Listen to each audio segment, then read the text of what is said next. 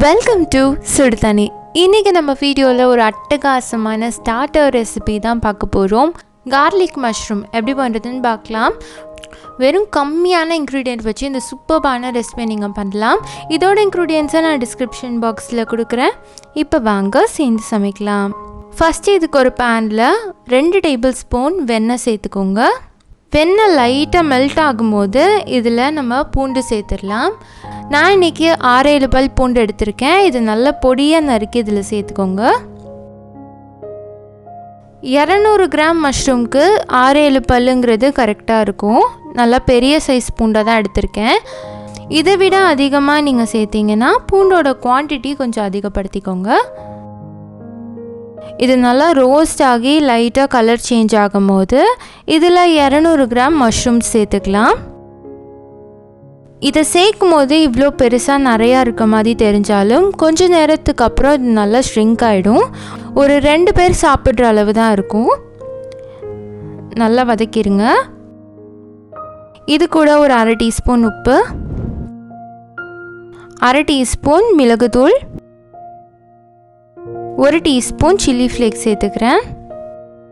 இது நல்லா ஸ்பைஸியாக இருக்கணுங்கிறதுக்காக 1/2 டீஸ்பூன் நான் மிளகுத்தூள் சேர்த்துருக்கேன். உங்களுக்கு கொஞ்சம் ஸ்பைசினஸ் கம்மியாக வேணும் அப்படின்னா ஒரு 1/4 டீஸ்பூன் மட்டும் சேர்த்துக்கோங்க. இல்லாட்டி சேர்த்துட்டு அதுக்கப்புறமா தேவைப்பட்டுச்சுன்னா நீங்கள் இன்னும் கொஞ்சம் அதிகம் கூட சேர்த்துக்கலாம். இதை நல்லா மிக்ஸ் பண்ணி விட்டுருங்க. இந்த மஷ்ரூமில் தண்ணி எதுவுமே சேர்க்க வேண்டாம். இது குக் ஆகிட்டு இருக்கும் போதே மஷ்ரூம்லேருந்தே தண்ணி வரும். அந்த தண்ணியிலே இது நல்லா குக் ஆகிடும். ஸோ கொஞ்சம் நேரத்தில் பாருங்கள் இது நல்லா ஸ்ட்ரிங்க் ஆகிடுச்சு. லைட்டாக தண்ணி விட ஆரம்பிச்சிருக்கு பாருங்கள். இதை நீங்கள் அப்படியே சிம்மில் வச்சு குக் பண்ணிட்டே இருந்தீங்கன்னா இந்த தண்ணி தானே அப்சர்வ் ஆகிடும். இப்போ பார்த்தீங்கன்னா ஒரு 10 மினிட்ஸில் இந்த மஷ்ரூம் நல்லா ரெடி ஆகிடுச்சு. நல்லா மிக்ஸ் பண்ணி விட்டுருங்க. அவ்வளோதான், இது இப்போ ரெடியாக இருக்குது. கடைசியாக இதில் கார்னிஷிங்காக கொஞ்சமாக ஸ்ப்ரிங் ஆனியன் சேர்த்துக்கிறேன். இது ஆப்ஷனல் தான், உங்கள்கிட்ட இருந்தால் சேர்த்துக்கோங்க. ஆனால் இதோட ஃப்ளேவர் சேர்க்கும் போது ரொம்பவே சூப்பராக இருக்கும். அவ்வளோதான், அதையும் சேர்த்துட்டு ஒரு 2-3 மினிட்ஸ் நல்லா மிக்ஸ் பண்ணி விட்டுருங்க.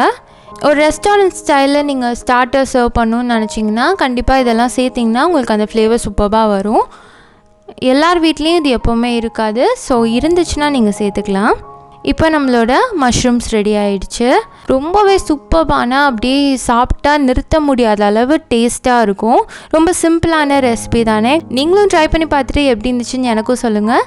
இந்த வீடியோ உங்களுக்கு பிடிச்சிருந்தா லைக் பண்ணுங்கள். சுடுதண்ணி சேனலை சப்ஸ்கிரைப் பண்ணுங்கள். தேங்க்யூ.